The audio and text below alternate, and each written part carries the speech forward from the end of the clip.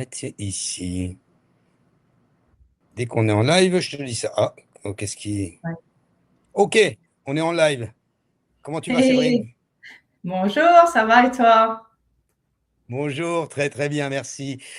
Alors, Séverine, présente-toi dans un premier temps. Merci d'être là aujourd'hui pour notre présentation concernant les prêts immobiliers, le système EB5, comment fonctionne le combo. On va vous expliquer tout ça dans cette présentation aujourd'hui. Si vous avez des questions, vous pouvez les mettre sur le chat. On n'arrive pas toujours à y répondre. Le mieux, questions personnelles, prenez directement rendez-vous avec nous. Je vais vous mettre le calendrier. Donc, les personnes qui ne me connaissent pas, je suis Fabrice Hernandez. Je suis broker ici à Miami. Nos bureaux sont situés sur la 5445 sur Collins Avenue pour les gens qui connaissent Miami Beach. Et donc, si vous passez par ici, vous êtes évidemment les bienvenus. Nous travaillons avec une équipe aussi bien sur les commerces que les résidences principales et les investissements, spécialisés dans les EB5 et E2. N'hésitez pas à nous consulter pour toute demande. Séverine, merci d'être présente aujourd'hui. Je voudrais que tu te présentes et que tu nous dises justement ta fonction ici aux États-Unis. Et bonjour Fabrice et bonjour à tous. Merci d'être là et donc de nous regarder pour ce webinaire. Alors moi, je m'appelle Séverine Galandi. Je suis donc spécialisée dans les emprunts immobiliers ici aux États-Unis et plus particulièrement en Floride, aussi bien, comme tu l'as dit précédemment, que les gens qui habitent ici, que ce soit en green card ou en visa ou tout simplement américain, et spécialisée effectivement pour les non-résidents, les résidents étrangers, c'est-à-dire vous qui nous regardez certainement en France ou ailleurs dans le monde. Vous pouvez tout à fait avoir un emprunt aux États-Unis, et ça c'est quand même extraordinaire, tout en Oui. n'habitant pas ici. Voilà, donc je vais pouvoir vous expliquer exactement ce que vous pouvez prétendre et comment donc réaliser cet achat immobilier à l'aide d'un emprunt. Parfait. Voilà. Eh bien, écoute, je te remercie. Justement, exactement, le but du sujet aujourd'hui, donc EB5, carte verte, E2, visa avec un business, et en parallèle, comment se faire épauler avec cette combinaison pour pouvoir avoir un prêt immobilier par l'intermédiaire de Séverine. Et on va tout vous expliquer lors de ce webinaire. N'hésitez pas, comme je vous dis, partagez la vidéo.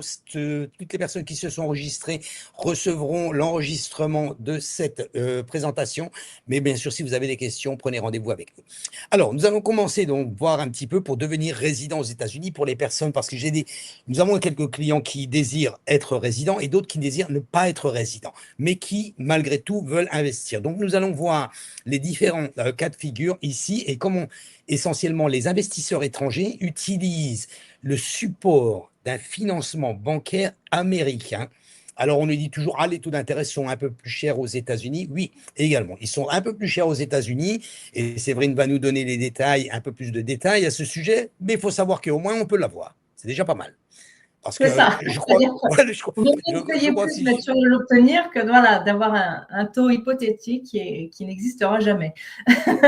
complètement, parce que si moi demain je vais aux États-Unis, en France et que je demande, et d'ailleurs je l'ai fait, donc je peux vous dire que c'est vraiment, et que je dis, ben voilà, je voudrais faire un prêt immobilier avec, je sais pas, 30% d'apport sur l'appartement qui est situé là-bas, rue, whatever, je vais pas dire que c'est difficile, je crois que c'est impossible. C'est Donc, quasi impossible. c'est C'est quasi ça. impossible. Non, puis Donc il y a aussi ici, une chose, c'est que en fait, le marché américain et le marché européen en termes financiers, de finance, tout simplement, est absolument différent et c'est pour ça que vous avez des taux complètement différents. Mais en même temps, on retrouve un revenu locatif qui, je dirais, qui est en proportion aussi. Donc voilà, tous les paramètres sont changés. exactement. Et donc, nous allons vous expliquer comment les stratégies fiscales et des investissements immobiliers pour obtenir la résidence aux États-Unis avec un patrimoine, créant un patrimoine en parallèle. Donc, nous allons le faire directement sur cette présentation. Mais dans un premier temps, voyons voir un petit peu ici les critères. Que signifie réellement le combo? Combo immobilier et carte verte. Alors, on va me dire, j'achète un appartement, j'ai la carte verte. On va tout vous expliquer.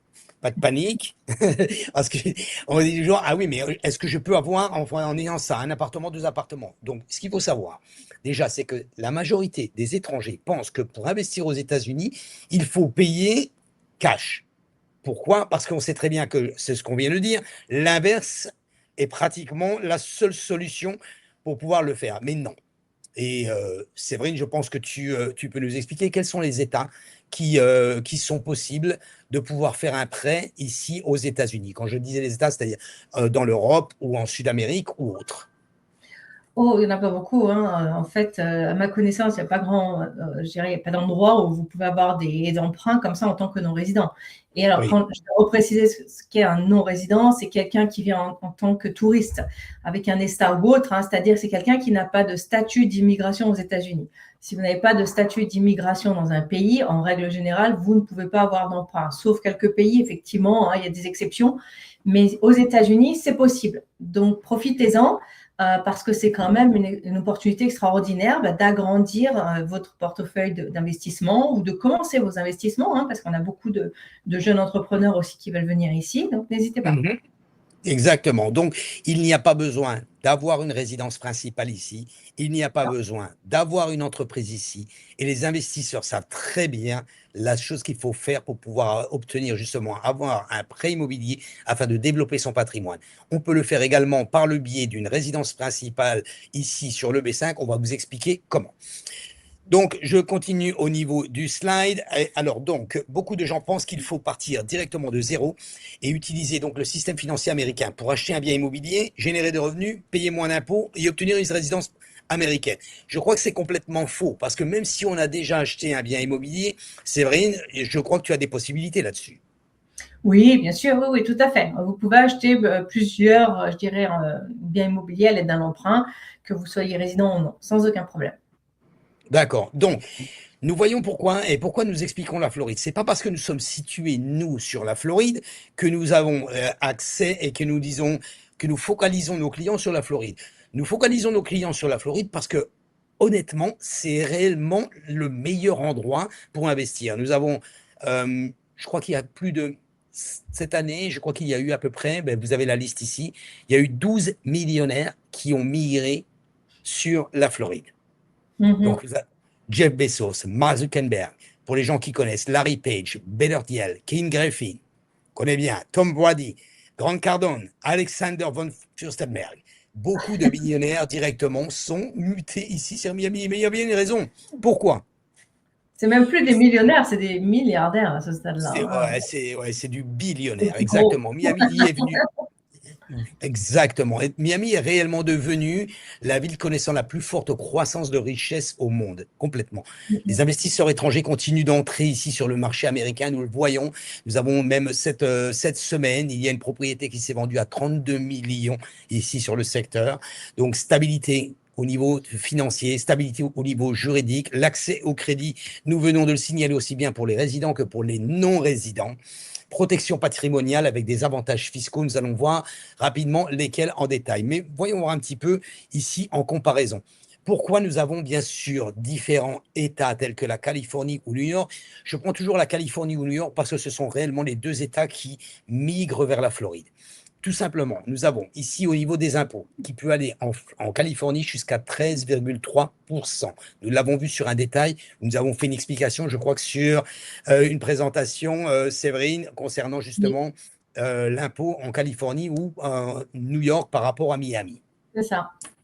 Voilà, et nous sommes sur New York à 10,9%. En comparaison avec la Floride, nous sommes complètement à 0%. Et c'est quand même assez important. Continuons un petit peu dans de nombreuses zones de la Floride et à voir au niveau des locations. C'est ce que tu disais. Et je te remercie parce que quand on regarde au niveau de la location, pratiquement, si on ne fait pas de comps, c'est-à-dire de comparables par rapport à d'autres villes, pratiquement on ne croit pas en disant qu'on peut avoir des revenus assez importants. Oui, on peut avoir des revenus assez importants. Sur un appartement aujourd'hui qui vaut 450 000 $, qui vaut 500 000 $ en moyenne, on peut arriver sur des loyers pratiquement à 6 000 $ par mois. Alors, quand on nous dit, alors, et ce qui est complètement vrai, que les HOA sont un petit peu supérieurs parce qu'il y a une réserve qui a été demandée depuis le 1er janvier, parce qu'il y a différents buildings qui ont des travaux et des special assessments qui augmentent forcément le montant des HOA et le montant des assurances, c'est vrai. Mais quand vous voyez ici un appartement qui vous achetez 500 000 $ qui vous rapporte entre 5 et 7 000 dollars par mois et ça couvre complètement le montant des HOA. Et ça, c'est un calcul que nous faisons nous ici au sein de l'agence et que nous faisons avec toi, Séverine, où nous regardons déjà essentiellement le cash flow positif que peut donner un appartement au moment où on l'achète. Tout à fait. On essaie toujours d'évaluer évidemment un cash flow positif pour que, effectivement, les annuités d'emprunt, les taxes, l'assurance et vos HOA soient prises en considération et donc vous n'ayez pas d'argent à ramener, effectivement. Complètement. Donc, ce calcul, nous le faisons, nous, ici, au sein de l'agence, et nous le faisons en parallèle, en coordination avec Séverine, afin de pouvoir vous donner la meilleure rentabilité sur un appartement qui peut être acheté. Très souvent, dans les cas où l'appartement n'est pas loué, ce qui est, ou même directement, si c'est un appartement complètement que vous voulez acheter pour vous, là, c'est une autre histoire. On ne parle pas d'investissement, mais là, c'est de résidence. Et tout cela dépend. Mais tous ces calculs-là sont faits en fonction de votre situation personnelle. N'hésitez pas à nous contacter. D'ailleurs, je vais mettre ici dans le chat, voilà, je sais pas, non, je ne l'ai pas là. Je vais vous mettre directement le calendrier, le lien de notre calendrier électronique. Ça vous permettra directement de prendre rendez-vous avec nous. N'hésitez pas. Vous pouvez nous envoyer également un message par WhatsApp. Vous pouvez nous envoyer un message par texto sans aucun problème afin de prendre rendez-vous. Donc, nous allons développer un petit peu maintenant, voir comment ça se passe et qu'est-ce que le B5. Donc, qu'est-ce que le B5, qu'est-ce que le E2, pourquoi je peux acheter un bien immobilier et pouvoir combiner les deux, faire le condo. Programme B5 est un programme de l'État. Je vais vous faire la grande explication. Pour plus de détails, une présentation est faite au cas par cas, directement. Donc, ici, c'est un investissement approuvé par l'État. D'accord? Donc, par le biais d'un formulaire que je peux vous donner les numéros qui correspondent, qui est le I-956F, qui est un projet qui est approuvé par l'État, et donc qui va vous donner quoi? La carte verte. Le EB5 ne va pas peut-être vous donner la carte verte, il va vous donner la carte verte. Donc, cette carte verte est conditionnelle et elle est après extensible jusqu'à, bien sûr, 10 ans. Donc, la carte verte américaine, pour les investisseurs, pour son épouse, il faut absolument être marié, oui. Si vous n'êtes pas marié, l'épouse ne peut pas prétendre également à l'application de l'EB5.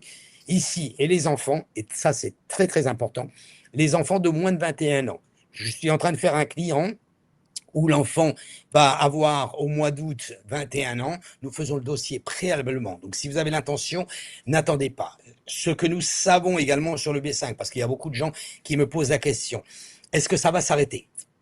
Est-ce que ça va être modifié? Est-ce que ça va changer? Alors, on va essayer de répondre avec les informations que l'on a, parce qu'on n'a pas la boule de cristal aujourd'hui, mais les informations, on les a. Au mois de septembre 2026, même si c'est un programme fédéral qui est valable jusqu'en septembre 2027 et qui, bien sûr, sera ou arrêté et renouvelé après par la suite, il y a une modification qui est possible, qui va se passer en septembre 2026. Quelle est cette modification? La modification possible est qu'aujourd'hui, nous sommes avec un investissement rural avec un minimum de 800 000 $, d'accord, qui va passer entre 930 et 970 000 $. Ça, c'est la première chose. La seconde chose, le projet risque de s'arrêter complètement au mois de septembre et de reprendre au mois de janvier. Il reprendra quoi qu'il en soit dans l'année parce que le programme n'est pas fini sur les 5 ans, septembre 2027. Mais ces deux critères que je viens de vous expliquer au niveau de la modification du capital et peut-être même d'autres modifications que nous ne connaissons pas pour le moment, va passer. Je vous rappelle que le projet EB5 a toujours existé, existe depuis 1990, si j'ai bonne mémoire, mais on était au début à 500 000, qui est passé à 800 000, qui est repassé à 500, et qui est repassé à 800 000 et 1 050 000. Donc sachez que les modifications, c'est sûr et certain, vont être en cours. Les enfants de moins de 21 ans, ceux sont vos enfants de moins de 21 ans, vous peuvent avoir également cette carte verte à partir du moment où vous avez appliqué bien avant justement leur anniversaire. Très important. Donc les enfants peuvent également, à partir du moment où vous obtenez votre carte verte, étudier aux États-Unis et vous êtes considéré comme un Américain.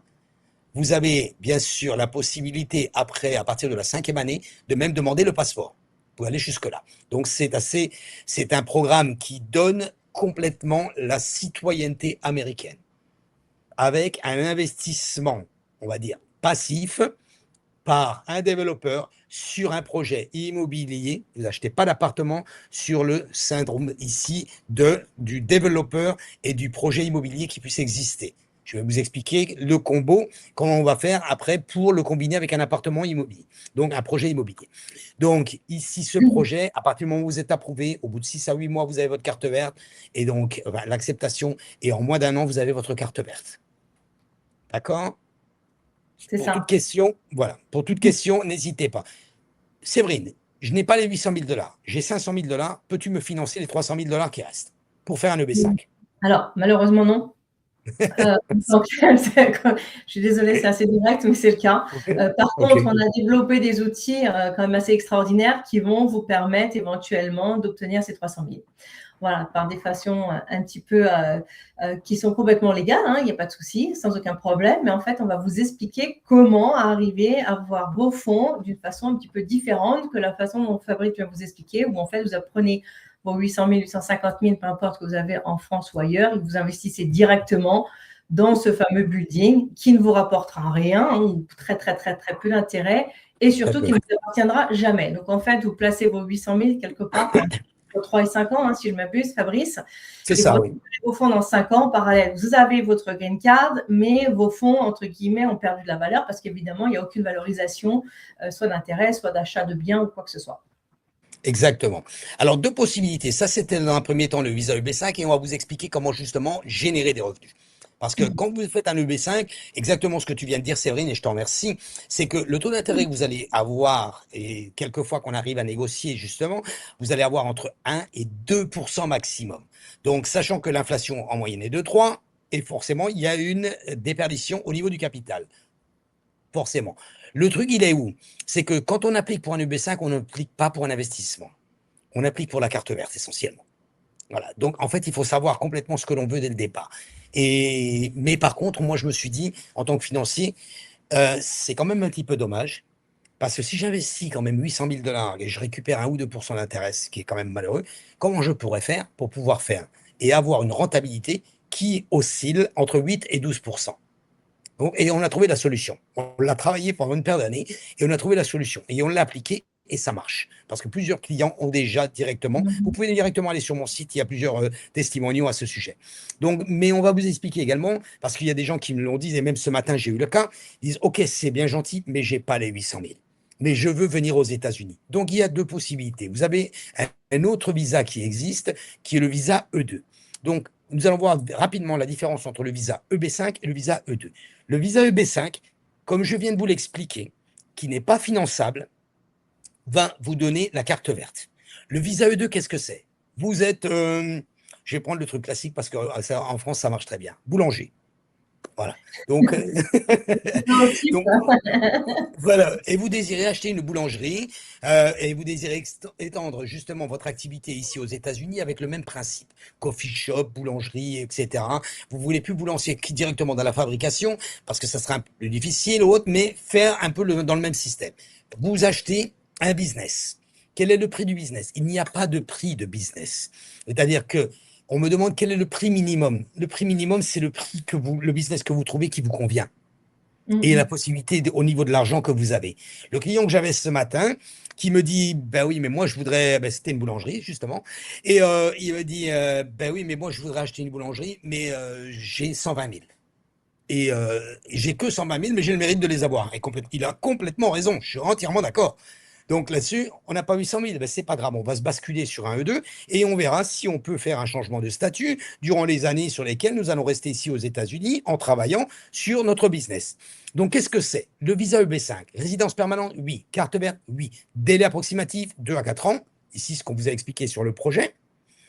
Obligation d'exploiter sur une entreprise? Non. Vous faites, quand vous avez votre EB5, vous avez votre carte verte, vous faites complètement ce que vous voulez. Voilà. Renouvelable? Oui. Parce que la carte verte est valable pour 10 ans et elle est renouvelable, bien sûr, à chaque fois sur 10 ans. Le E2, qu'est-ce que c'est? Le E2, c'est un visa il va assez vite, je vais dire entre guillemets, à partir du moment où vous avez trouvé le business et que vous l'avez acheté. Donc, et on parlait exactement de ça ce matin, c'est que si je crée mon commerce, est-ce que c'est possible? Oui, c'est possible. Mais il faut savoir qu'il y a des critères. C'est comme le B5. Est-ce que si je crée, moi, 10 emplois, est-ce que si je crée le fonds nécessaire, est-ce que si je fais approuver le formulaire I-956 et le 826 directement par l'État, est-ce que je peux? Oui, vous pouvez le faire. Par contre, c'est plus compliqué, c'est plus long. Et vous avez bien sûr le risque du refus, évidemment. Donc, le E2, qu'est-ce que c'est? C'est quelque chose de plus simple. Vous achetez un commerce tel qu'une boulangerie, quel que soit le prix, vous la payez. 100 000, 200 000, 300 000, 400 000, 70 000, c'est en fonction de ça. Si vous n'êtes pas marié, je reviens là-dessus, vous allez dire décidément, il veut qu'on se marie. Non, mais c'est très important de le savoir. Si vous n'êtes pas marié, c'est très important de le savoir parce qu'il y a des gens qui arrivent au moment où ils ont le E2 et qui disent, bon, ok, ben voilà, on est bon, tout est bon. Oui, mais on n'est pas marié. Alors là, il y a un problème. Donc, parce que si vous n'êtes voilà, si vous n'êtes pas marié, madame ne peut pas avoir le E2. D'accord? Donc, ici, résidence permanente pour le E2. Non. Vous êtes avec un E2, vous êtes en tant que, on va dire, visiteur, entre guillemets, ici sur le territoire américain. Pour nous, l'Europe, nous donnons le visa nous est donné pour un maximum de 4 ans, qui est renouvelable indéfiniment. D'accord? Vous avez l'obligation de travailler, l'applicant a l'obligation de travailler pour la société sur laquelle il a acheté, ou il a appliqué. L'épouse a le droit de demander une autorisation de travail et d'aller travailler pour un autre employeur. Ça, c'est complètement autorisé.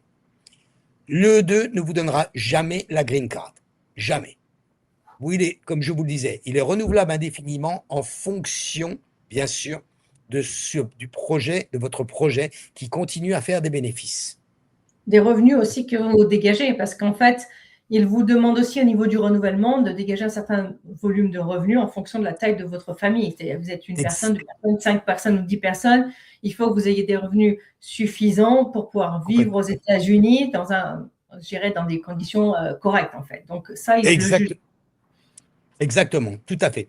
Donc là, le B5, on l'a vu. Donc nous allons continuer sur ces grandes lignes. Le B5, on l'a vu. Nous avons vu les 10 emplois, etc. Le moins de 21 ans pour les enfants. Nous l'avons déjà vu à ce sujet. Nous allons continuer donc sur la suite et vous expliquer comment faire pour combiner les deux. Aussi bien, vous pouvez le faire avec un visa E2 également, mais bon, bien sûr, à petite échelle. Ici, nous avons les explications sur ce slide au niveau du visa E2 et au niveau du visa EB5. Mais je pense que éventuellement, si vous avez des questions là-dessus, n'hésitez pas à le mettre dans le chat. Je crois que j'ai mis tous les détails par rapport à ça. Donc, ici, le B5, stratégie de résidence permanente. Mais je reviens de nouveau. J'ai des clients également, parce que vous avez 2 projets qui sont au niveau de l'EB5. Le rural, que l'on appelle ça, qui est un investissement à hauteur de 800 000 $, et l'urbain, qui est un investissement à hauteur de 1 050 000 $. Quand vous avez un projet urbain, vous avez certains organismes qui n'ont pas de projet rural. Donc, le projet rural a un accès quand même, on va dire, assez plus rapide à la carte verte que le projet urbain. Donc, ici, par rapport à ça, pourquoi? Tout simplement parce que le projet rural est fait essentiellement sur des zones défavorisées. Donc, l'État américain a favorisé l'accès à la carte verte sur les investissements sur les zones défavorisées, ce qui est complètement logique quelque part, puisque à la limite, c'est justement un projet d'investissement à la base, sur l'idée d'un projet d'investissement à la base. Donc, complètement différent. Ici, le B5, nous l'avons vu, le E2, nous l'avons vu, stratégie d'entrepreneur rapide.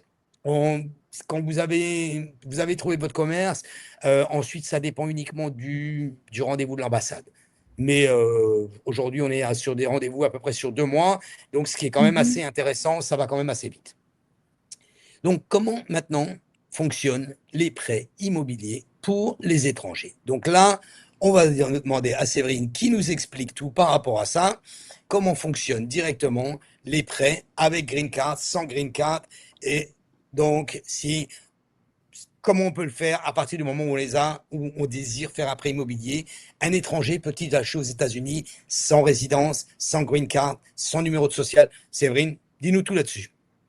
Ça marche.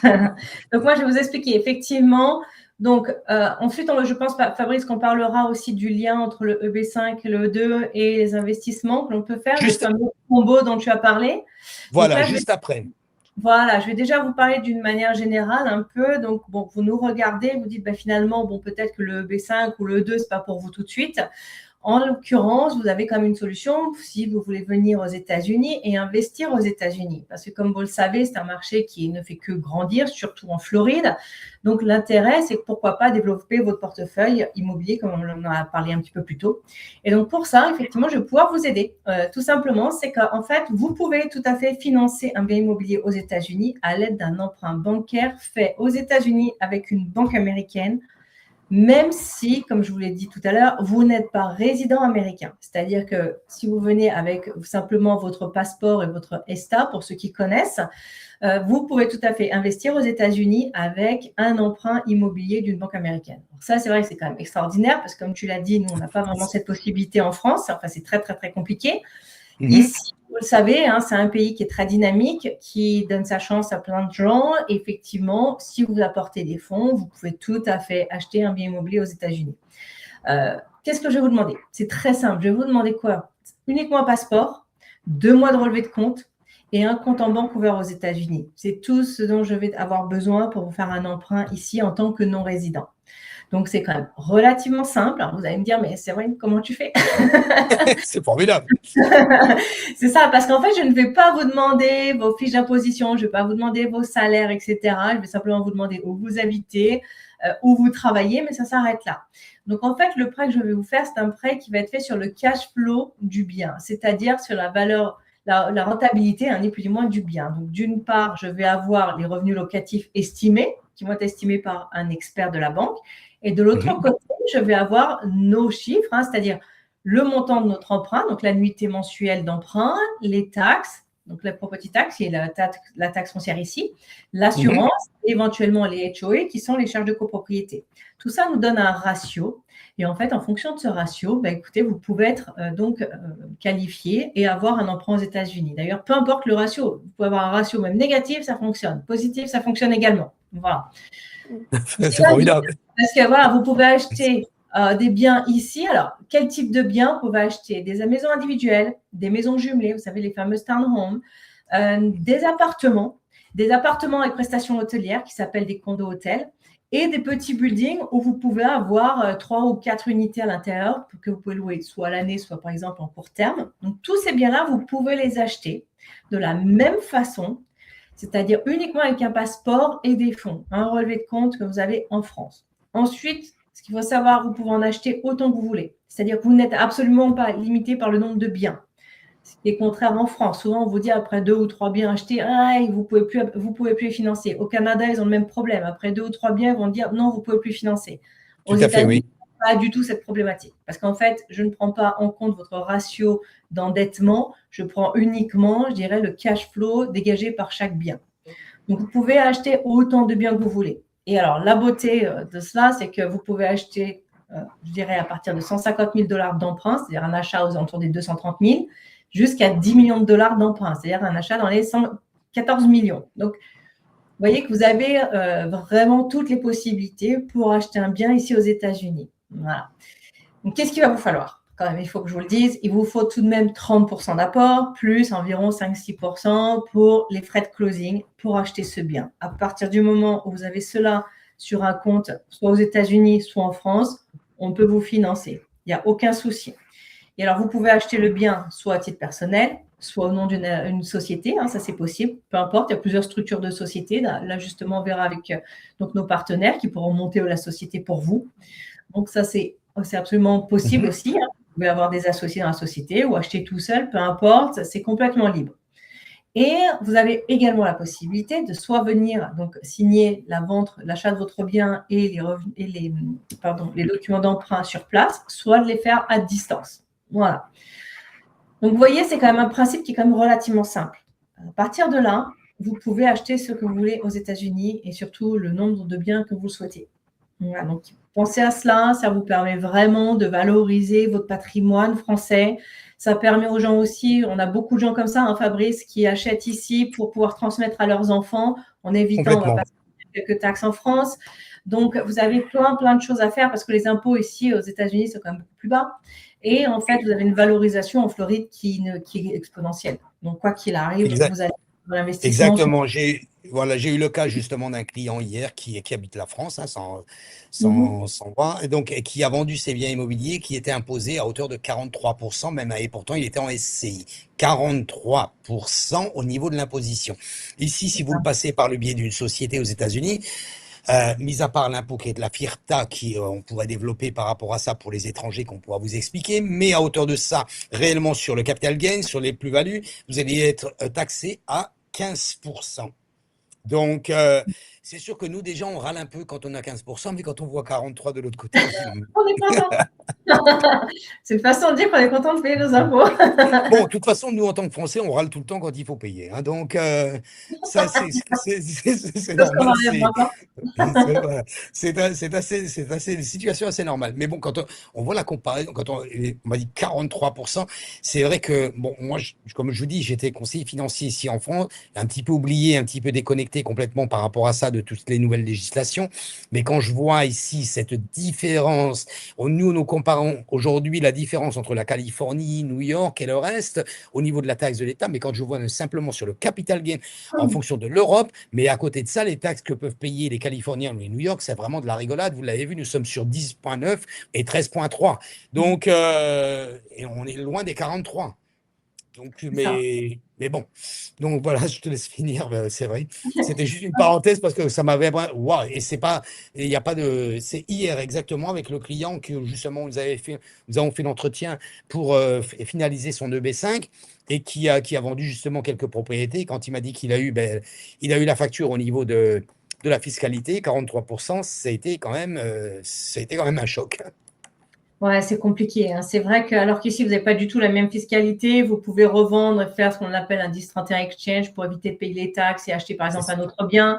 C'est ça. Vous pouvez, si vous achetez, par exemple, sous le forme d'une société, puisque tu parles du problème fiscal, vous pouvez déduire un maximum de choses. C'est-à-dire que j'ai même des clients qui sont experts comptables qui ont dit, mais chez nous, c'est très, très limite. C'est limite voilà, c'est une escroquerie. En fait, ici, pas du tout. Non, vous pouvez vraiment déduire toutes les choses. Vous venez aux C'est ça. États-Unis en vacances une fois par an, vous pouvez passer vos frais. Donc, c'est vrai qu'il y a une grande, grande flexibilité par rapport à tout ça, comptable Complètement. et d'achat. Et c'est vrai que c'est très, très bien parce que j'ai beaucoup de clients qui sont dans le monde entier, hein, qui achètent aux États-Unis parce que c'est une opportunité de ne pas avoir tout dans le même pays. Et sachez aussi une chose, c'est-à-dire que moi, je mets un point d'honneur aussi à vous dire, voilà, quand vous faites un emprunt aux États-Unis, vous allez utiliser une banque américaine. Pas une banque canadienne si vous êtes canadien ou une banque francophone si vous êtes français. Pourquoi? Parce qu'en fait, je veux que tout ce qui est aux États-Unis reste aux États-Unis, tout ce qui est en France reste en France, tout simplement. Donc après, c'est à vous de faire les déclarations fiscales, etc.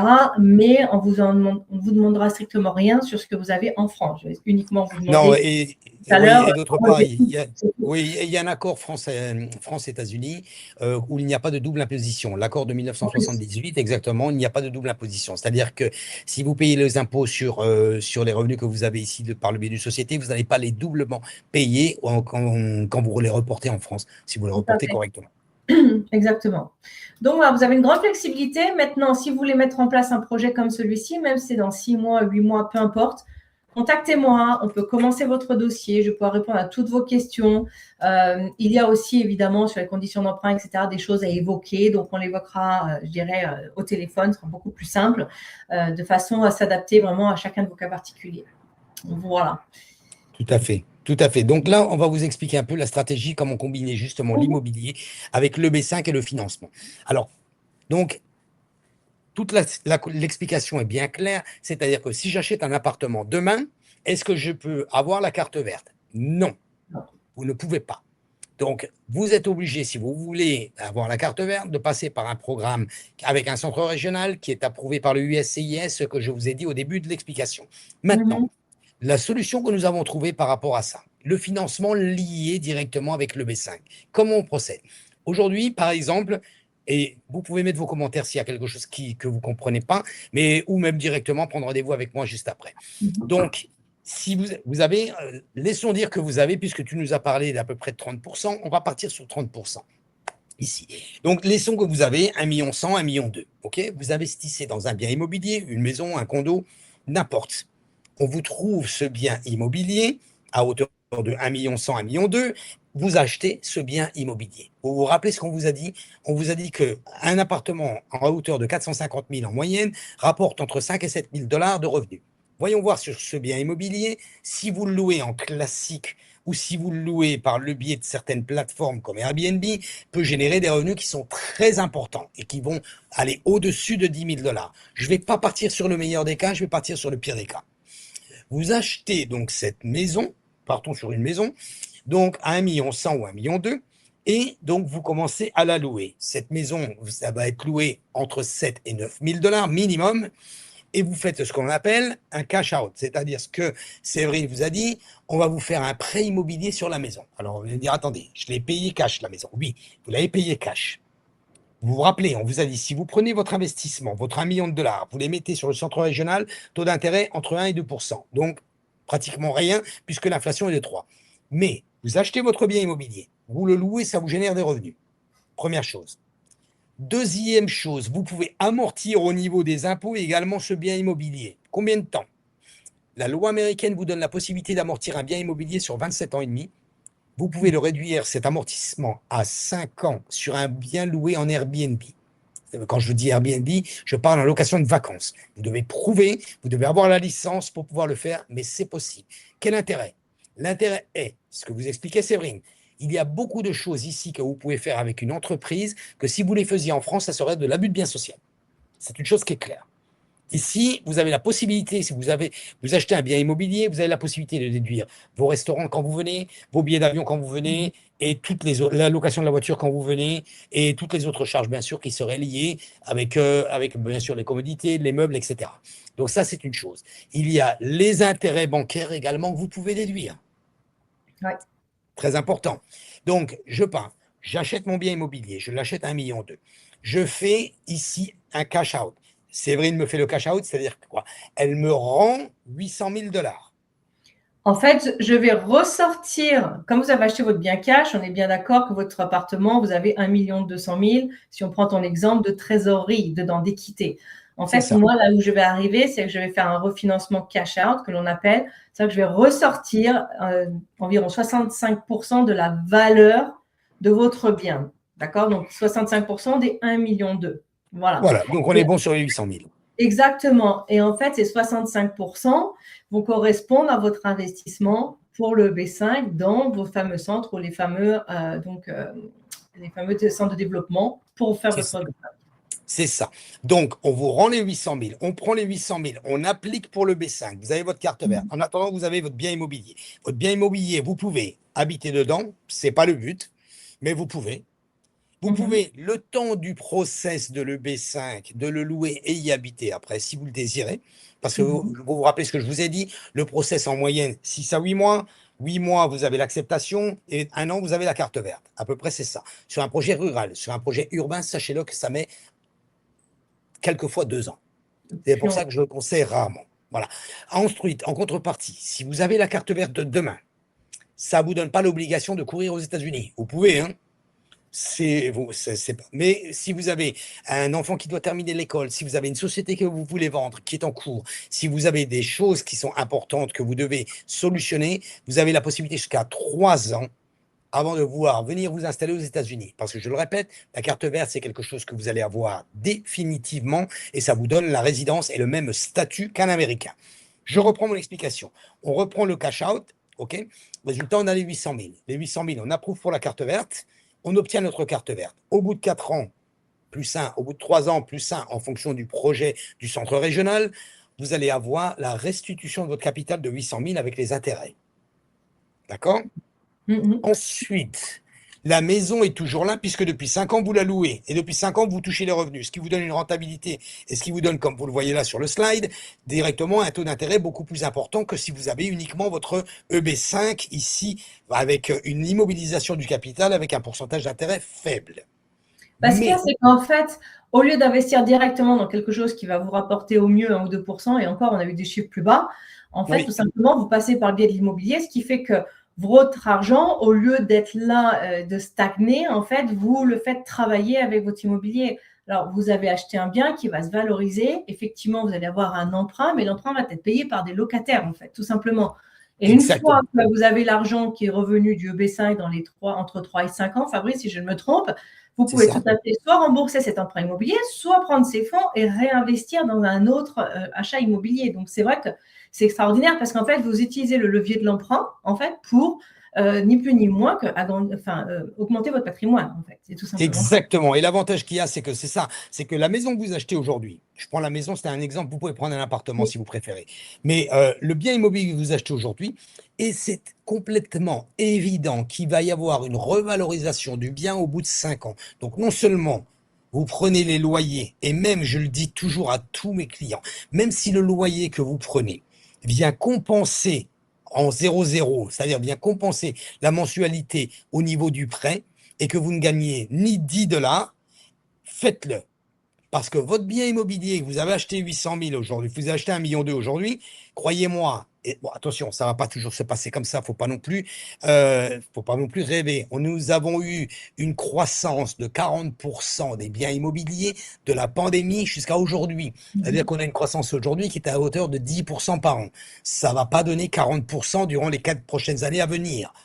Mais même si ça donne 15 à 20%, c'est 15 à 20% de 1 200 000 que vous allez avoir, qui vous allez reprendre 200 000 dollars de plus sur le bien immobilier. En ayant bien sûr ici directement pas mis un centime puisque c'est votre loyer qui vous rembourse les prêts et même avoir un bénéfice supplémentaire qui en général, vu la conjoncture et vu le montant des loyers que nous avons ici aujourd'hui sur la Floride, vous donne la majeure partie un bénéfice, un cash flow positif.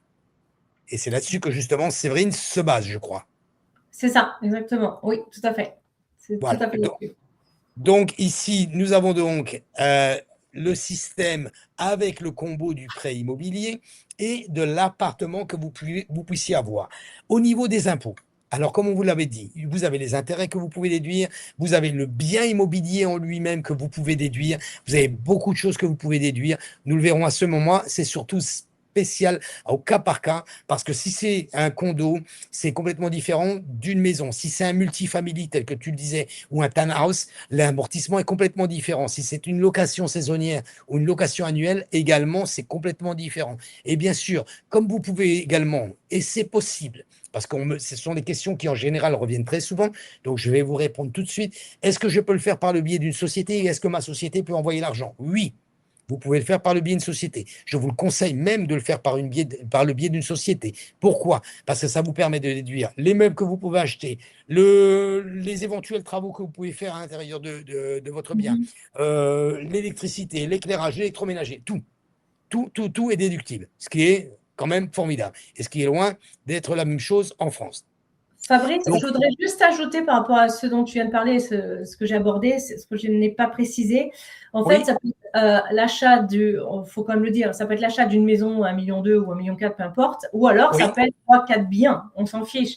Peu importe le nombre de biens, c'est simplement le montant. C'est-à-dire que moi, je peux vous faire un cash out sur une multitude de biens. Ça peut être une maison, 2 appartements, 2 appartements, une maison, ou trois maisons, peu importe. Donc ça, il faut le savoir. Ça ne pose pas de problème et comme vous n'êtes pas limité dans le nombre d'emprunts, ça ne pose aucun souci. Donc ça, c'est quand même quelque chose que je voulais rajouter parce que peut-être des gens qui vont dire, mais acheter une maison, on préfère acheter 2, 3 petits biens. Il n'y a pas de souci. Vous pouvez le faire aussi de cette façon-là. tout à fait. C'est bien de le préciser parce que c'est vrai que ce n'est pas toujours évident. Nous, ça nous le paraît, bien sûr, évidemment, parce que nous côtoyons ça tous les jours, mais c'est très, très bien de le Mhm. préciser. Je te remercie.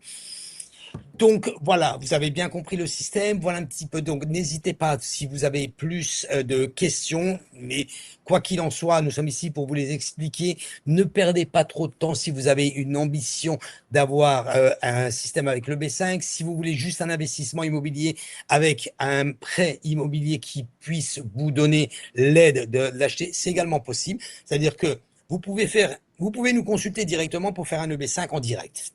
Il n'y a pas d'obligation de pouvoir le combiner avec un bien immobilier. Première chose. Vous avez la possibilité également de pouvoir contacter Séverine si vous avez déjà un bien immobilier que vous voulez refinancer, que vous voulez faire un cash out comme on vous l'a expliqué, ou d'autres solutions qu'elle pourrait vous proposer. D'ailleurs, je t'invite à mettre tes coordonnées, Séverine, dans le chat. Mhm.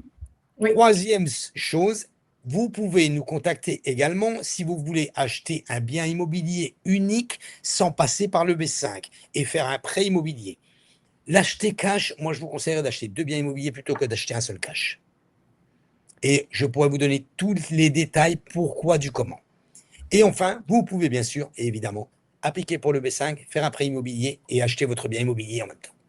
Ce sont les solutions possibles. Tout à fait.